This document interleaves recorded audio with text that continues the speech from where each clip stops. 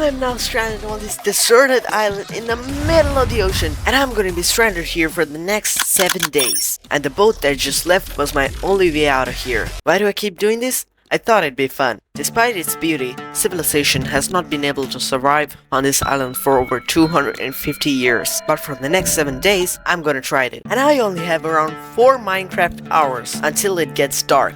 I need to build a shelter immediately. I mean, why don't I just camp here? This spot looks good, so I say I kick things off by going and looking for wood to prep camp. I spent the rest of day 1 preparing my camp, which is pretty simple. The objective for day 2 is simple.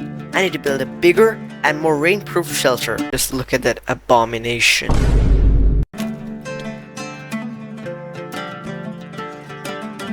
Okay, so I got this nice little shelter built. I didn't cover the whole roof because I didn't want it to be dark, but it's still a shelter, you know. I don't want any mobs to spawn here, but oh, I forgot about that. That's about it for day 2.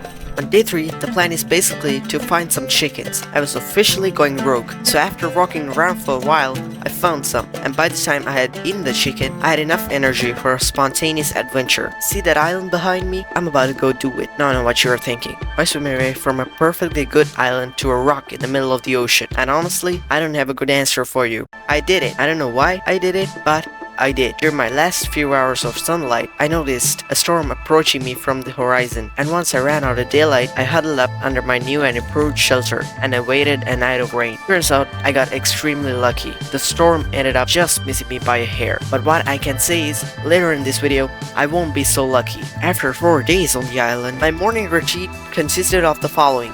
First, I'd wake up and complain about how hard it is to make these videos. It's so hard to make these videos. And then I'd walk around to waste time. And then it's some raw meat that I don't even know where it came from. I'm just a little tired of uncooked meat. So let's just say I've got a solution. I've been mining. And after a few minutes of mining, all I had to show for it was a few blocks of cobblestone. One of the reasons why I picked this island is there's very old treasure on this island. Even though I have no idea where they are, I say I explore them. Now that I had decided to explore the treasure, I wanted to make sure I didn't start this expedition on an empty stomach. And after a quick snack, it was time to adventure to the treasure. By this time, day 5 sun was setting on the island, and on my way to the camp, I stopped at the peak of the mountain to take it all in. This was way sketchier at night. I ended up getting lost. This is a little intimidating in the middle of a forest, and I must have been extra lucky that night because on top of being lost, it started raining, and regardless of if I took the right path or not, I could tell I was getting closer to the camp. After the hike, I ate and took a second look up at the stars, because when you're in the middle of the ocean, it feels like you're on another planet.